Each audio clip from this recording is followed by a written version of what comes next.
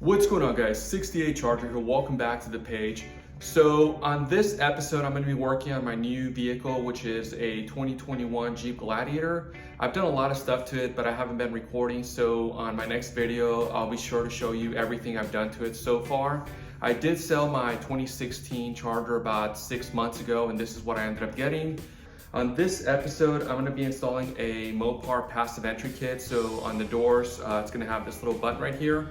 And I'm going to be able to open a door without having to take the keys out of my pocket to hit that unlock button, which is pretty annoying since my base 2016 Charger had it standard and this one did not.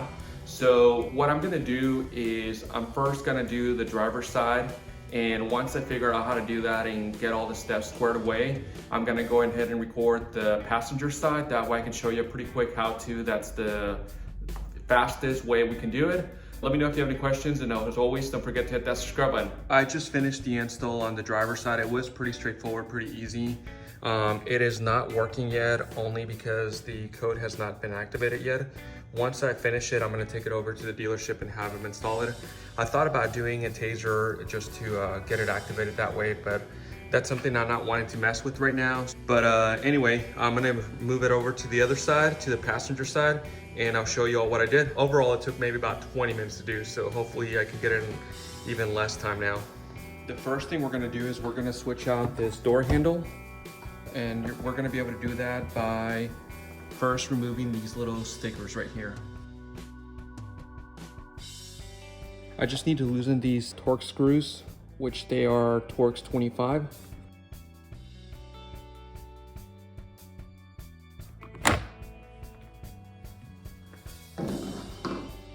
The back part comes out, and then this one just slides open like this, and it's out. So now I'm just gonna slide in the new one.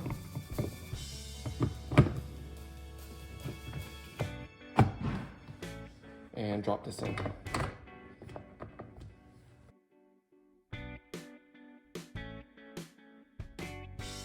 There's no specific order on which way to do this, but I'm going to just go ahead and remove the wiring for the door right now. So that just comes right out. There's 3 Torx screws that we have to remove, 1 and 2, and then there's another one right back here behind the door handle. There's 2 additional Torx screws. These are actually 15s. And then I just have to remove some of the clips in here.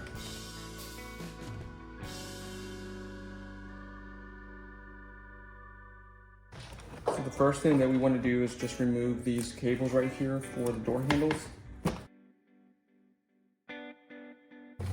And then we just need to remove this clip right here. So the next thing that I need to do is just remove this entire wiring harness. And we're not gonna reuse it, so I can just get rid of this completely. Now I'm at the point where I need to remove the panel, or at least take the bolts out, so that I have access to the back of the panel and to the door handle. There's actually 10 millimeter bolts that we're gonna remove.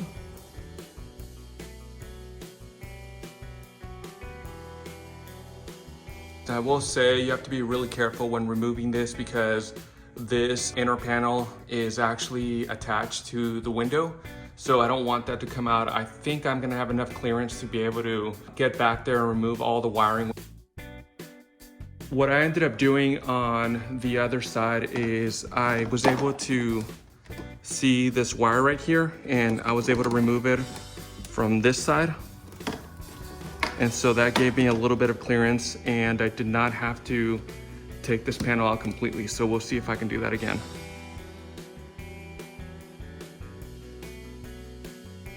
So I just removed all this wiring. The only thing I need to do is just unclip it.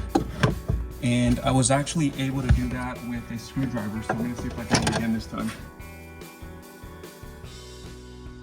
I'm not sure if you got that or if the camera moved around. But all I did was I removed these from this side going in from here, and then I just grabbed a flathead screwdriver, put it right there and pulled it back, and it came right out.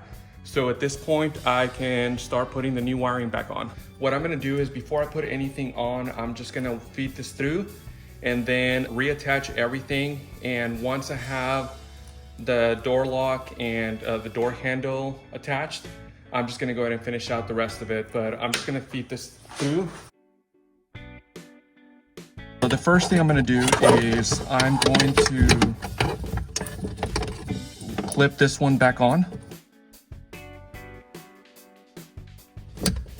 So there was the audible click. And with that one, if you see these two white sections, those are the ones that are actually gonna be looping around. This next one, we need to make sure we go behind the window so that when the window goes up and down, it doesn't get stuck in there.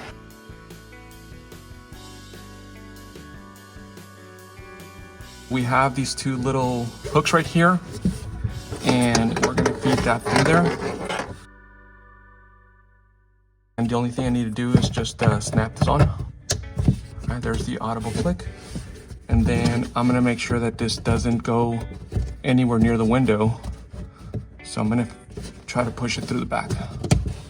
There you go. Now that I fixed this side, I'm gonna have one last look behind this panel just to make sure that none of the wires moved in the way of the glass. It's snap back on, so all I need to do is put those bolts on. All I really need to do now is just start snapping all the wiring back on.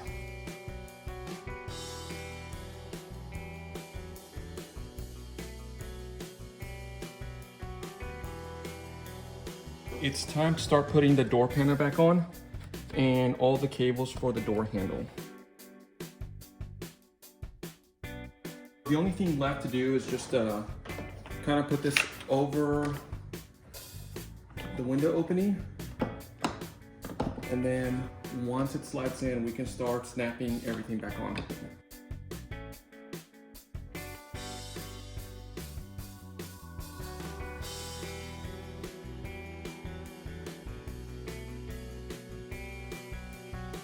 The only thing left is just to reattach the wiring for the door. And before I forget, I did want to mention that this wiring harness does have 2 additional wires. So if you're doing this modification, you need to make sure that you do have those 2 additional wires in this setup, or you're going to have to replace it. And so what I'll do is I'll drop a pic on which wires you need to look for. That way you know whether or not you have it. And if you don't, when you're ordering, you're going to have to order that additional harness. Luckily, my Jeep came with it, so I'm not going to have to get it. So I just finished the install. Everything's good to go. I just checked all the wires, windows. Unfortunately, as expected, the only thing that does not work is the actual proximity buttons, the sensors. I'm gonna have to go to the dealership tomorrow and get that activated. So once I get that activated and it is working, I will wrap up this video and then post it for you guys to see. All right guys, so I'm about to leave South Point Dodge. They have activated the proximity sensors. So they work now, and there we go. Time to go to work.